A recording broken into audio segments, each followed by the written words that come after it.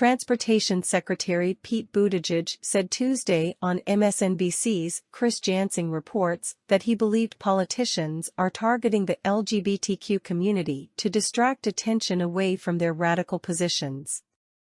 Jansing said, just this morning, the Human Rights Campaign declared a state of emergency, first in its 40-year history. They cite the more than 75 anti-LGBTQ laws signed this year, double last year's record. As you know, just last month, Homeland Security put out a report saying threats of violence against the LGBTQIA++ community is rising. What is going on here? Buttigieg said, "Our country is at real risk of backsliding on freedom and equality, but that is why we continue to push."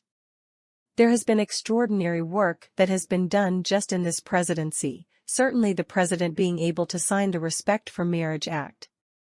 If you zoom out for the progress in the last 10 or 15 years, including the ability of somebody like me to be standing here doing this job, it is extraordinary.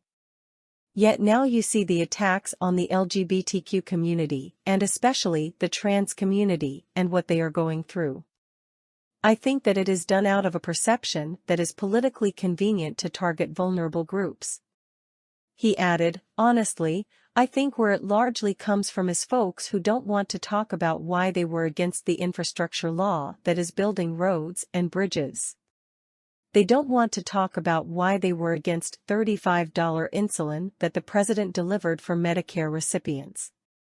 They don't want to explain why they were for these radical positions that speak to what most people worry about in their everyday lives. So they focus on targeting some of the people who already do not have a very easy time going about in everyday life. Just think about how hard it is to be a teen to begin with, and now think about how hard it is to be a teen when you realize that you are coming to terms with your gender identity or realizing that you are gay or lesbian.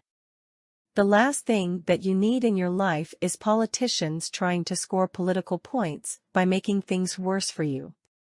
We will stand together whether it is Pride or any given day and say no, we're going to expand, not withdraw the freedoms and equalities that have been won in this country.